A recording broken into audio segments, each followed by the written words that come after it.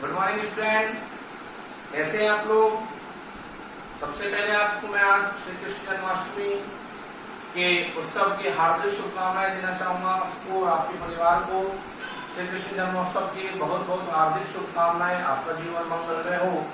और आगे हम क्लास की बात करते हैं। हम पढ़ रहे थे संविधान के बारे में, और संविधान जैसा कि आपको बताया गया था, संविधान क्या है। संविधान किसी देश के कानूनी आदेश का एक दस्तावेज होता है, उसी को हम संविधान बोलते हैं। और वह दस्तावेज लिखित रूप में भी हो सकता है, अलिखित रूप में भी हो सकता है।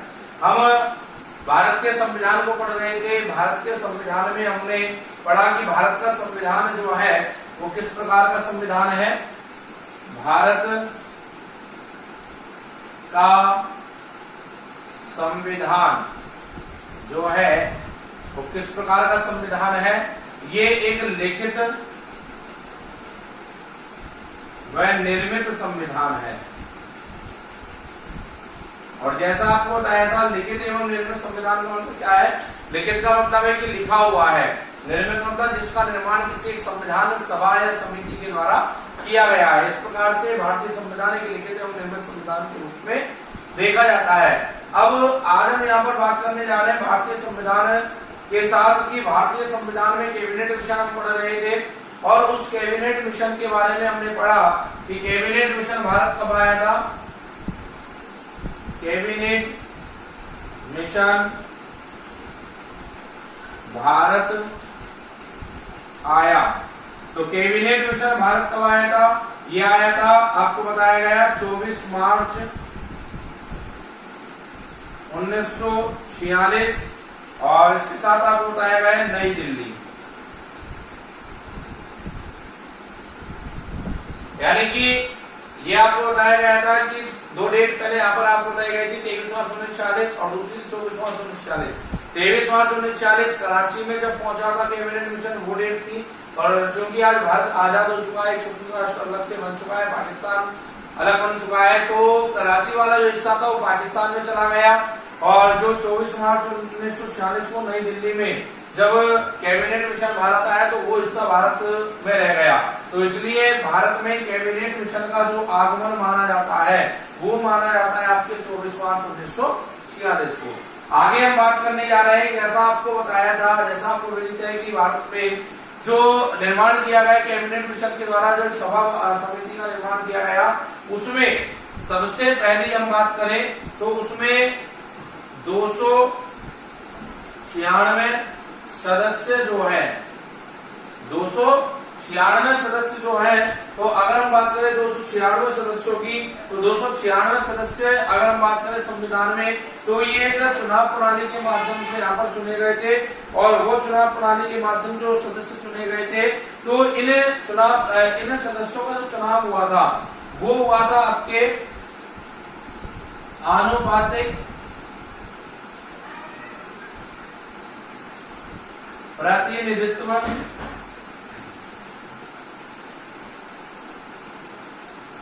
एकल संक्रमणीय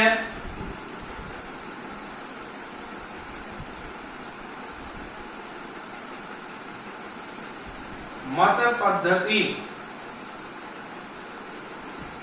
आनुपातिक प्रतिनिधित्व एकल संक्रमणीय मत पद्धति के आधार पर 296 सदस्यों को भारतीय संविधान सभा में चुना गया। और इस प्रकार से भारतीय संविधान सभा का चुनाव होना, उसका कार्य होना प्रारंभ हो गया। अब आज यहाँ पर हम बात करने जा रहे हैं उन 296 सदस्यों के अनुसार उनका विभाजन, संविधान सभा का विभाजन, संविधान सभा का जो निर्माण है वो किस प्रकार से किया गया।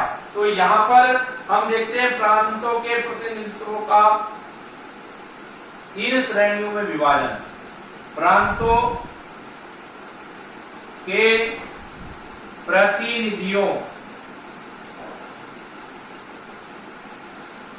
का 3 श्रेणियों में विभाजन। प्रांतों के प्रतिनिधियों का 3 श्रेणियों में विभाजन। और ये 3 श्रेणियों में अगर हम विभाजन की बात करें तो प्रांतों के प्रतिनिधि 3 भागों में बटे हुए थे, जिनमें सबसे पहले जो श्रेणी आती है वो आती है आपके सामान्य की, यानी सामान्य वर्ग से जो सदस्य थे उनकी संख्या थी 210 सीटें। कितनी सीटें थी? 210 सीटें थी। इसके बाद हम बात करें मुस्लिम लीग की, तो मुस्लिम लीग की यहाँ पर जो सीटें थी, मुस्लिम लीग की सीटें थी यहाँ पर 98 सीटें। कितनी सीटें थी? 98 सीटें जो थी वो मुस्लिम लीग की थी। इसके बाद अगर हम बात करें सिख समुदाय की, तो सिख समुदाय से जो सीटें थी वो थी 4 सदस्य। कितने सदस्य थे? 4 सदस्य थे। और एक बात मैं आपको यहाँ पर बताना चाहूंगा कि जो ये 4 सदस्य थे, सॉरी यहाँ पर मैं आपको थोड़ा सा क्लियर कर दूं, ये गलत हो गया, यहाँ पर 78 सीटें हैं, 98 नहीं मुस्लिम लीग की। तो यहाँ अगर हम बात करें, अगर यहाँ पर हम बात करते हैं कि 4 सदस्य जो हैं वो सिख समुदाय से थे, और ये 4 सदस्य सिख समुदाय से जो थे ये केवल और केवल पंजाब प्रांत से थे, अर्थात अन्य किसी प्रांत से सिख समुदाय के सदस्यों को शामिल नहीं किया गया। अर्थात 4 जो सदस्य शामिल किए गए वो आपके शामिल किए गए थे यहाँ से पंजाब प्रांत से। यहाँ मैं आपको लिख लेता हूँ, केवल पंजाब प्रांत से, केवल पंजाब प्रांत से ही ये 4 सदस्य जो सिख समुदाय के थे वो शामिल किए गए थे। अब बात आती है कि जो सदस्य चुने गए थे उनको किस प्रकार से क्षेत्र आवंटित किए गए। तो यहाँ जो आप देख रहे हैं 296 सदस्य या 210 सदस्य या 78 सदस्य या 4 सदस्य, इनका जो क्षेत्र आवंटन किया गया वो किस प्रकार से किया गया? ये माना गया कि 10 लाख की जो जनसंख्या होगी उस 10 लाख की जनसंख्या पर एक व्यक्ति प्रतिनिधित्व करेगा। 10 लाख की जनसंख्या तक एक ही व्यक्ति प्रतिनिधित्व करेगा, ऐसा कहा गया। देशी रियासतों के प्रतिनिधियों के प्रतिनिधित्व पद्धति जो होगी वो आपसी परामर्श से होगी, यानी देशी रियासतों के जो सदस्य होंगे उनके जो प्रतिनिधित्व चुनने की जो प्रक्रिया होगी वो आपसी परामर्श से उनको चुना जाएगा। तो इस प्रकार से ये सबसे पहले यहाँ पर आनुपातिक प्रतिनिधित्व एकल संक्रमणी मत पद्धति के आधार पर इन लोगों का चुनाव किया गया और भारतीय संविधान सभा के निर्माण का कार्य प्रारंभ हो गया। तो ये यहाँ पर हम देख सकते हैं कि भारतीय संविधान का कार्य प्रारंभ हुआ और ये जो चुना गया जुलाई 1946 में 296 सदस्यों को प्रतिनिधित्व के रूप में चुना गया। जुलाई अगस्त के माह में 1946 में 296 सदस्य 296 जो सदस्य थे वो जुलाई अगस्त में चुने गए थे। आनुपातिक प्रतिनिधित्व के आधार पर चुने गए और इनके जो जीतने की जो प्रक्रिया थी वो थी फर्स्ट पास्ट द पोस्ट प्रणाली। फर्स्ट पास्ट द पोस्ट प्रणाली के आधार पर इन लोगों को चुना गया। मैं यहाँ पर लिख देता हूँ, फर्स्ट पास्ट द पोस्ट प्रणाली। और ये प्रणाली जो ली गई है फर्स्ट पास्ट द पोस्ट प्रणाली की, ये ली गई है ब्रिटेन से। कहां से ली गई है? ब्रिटेन से ली गई है। और इस प्रकार से ब्रिटेन से प्रणाली लेकर और भारतीय संविधान सभा के लिए इस प्रणाली को लागू किया गया।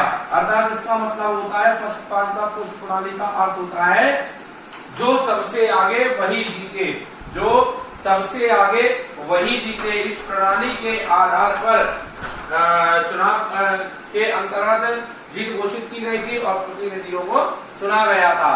तो यहाँ पर आपको एक चुनाव प्रक्रिया जो संविधान सभा की पूरी की गई थी उससे संबंधित जो बातें थी आपको आज यहाँ पर बताई गई। अब इसके बाद अगर हम परिणामों की बात करें, इनके परिणाम क्या आए थे, तो देखिए इसके परिणाम जो आए थे, इसके जो परिणाम आए थे, जो सदस्य चुने गए थे वो किस प्रकार के परिणाम थे। यहाँ पर सबसे पहले हम बात करते हैं कांग्रेस ने जो सीटें जीती उस समय वो जीती थी 208 सीटें। कितनी सीटें थी? 208 सीटें कांग्रेस ने जीती। जबकि मुस्लिम लीग की अगर हम बात करें, मुस्लिम लीग की अगर हम बात करें तो मुस्लिम लीग ने यहाँ पर जो सीटें दी थी वो 73 सीटें थी। कितनी थी? 73 सीटें। और निर्दलीय जो थे वो 8 सीट थी। निर्दलीय थे यहाँ पर 8 सीट जीती निर्दलीयों ने यहाँ पर, और अन्य 7 सीट जो है वो प्रांतों से जो जीती गई वो एक सीट थी, यानी एक सीट हर प्रांत से जीती गई। तो इस प्रकार से ये इसके परिणाम देखने को मिले, और यहाँ पर परिणाम देखने के बाद संविधान सभा का निर्माण कर दिया गया। और धीरे धीरे फिर यहाँ पर जैसे ही इसके परिणाम आए, संविधान सभा की बैठकें प्रारंभ हो गई। अगर हम बात करें फर्स्ट मीटिंग की, पहली बैठक की अगर हम बात करें तो पहली बैठक हुई थी 9 दिसंबर 1946 को, सोमवार के दिन। और उसने वो जो बैठक हुई थी वो हुई थी नई दिल्ली में। इसके बाद 11 दिसंबर 1946 को सेकंड मीटिंग, थर्ड मीटिंग जो थी 13 दिसंबर 1946 को। तो ये क्रम अनुसार ये मीटिंगें होती रही। अब इनको विस्तार से हम जो है मीटिंगों को आगे जो टॉपिक आ रहे हैं आपके अगले क्लासों में उस समय उसका अध्ययन करेंगे। ठीक है, तो आज आपको ये भारतीय संविधान सभा का जो निर्माण है, इसकी चुनाव प्रणाली, इसके बारे में आपको बताया गया, किस प्रकार से 6 सदस्यों को चुना गया। तो ये सब चीजें आप आज घर पर एक बार इनके सेल्फ स्टडी करें। इनके जो लिखा हुआ जो मैटर है वो आपके पास सेंड कर दिया जाएगा।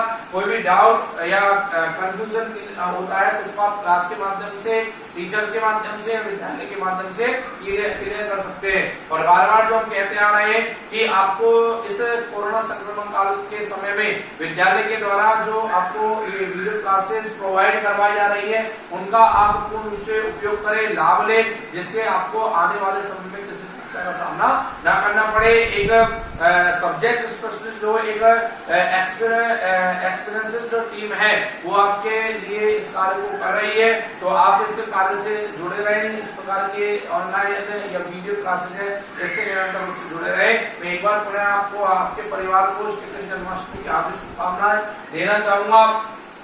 और जो बात मैं डेली बोलता हूँ कि इस संक्रमण काल में आप घर पर रहें, सुरक्षित रहें, सबका ध्यान रखें।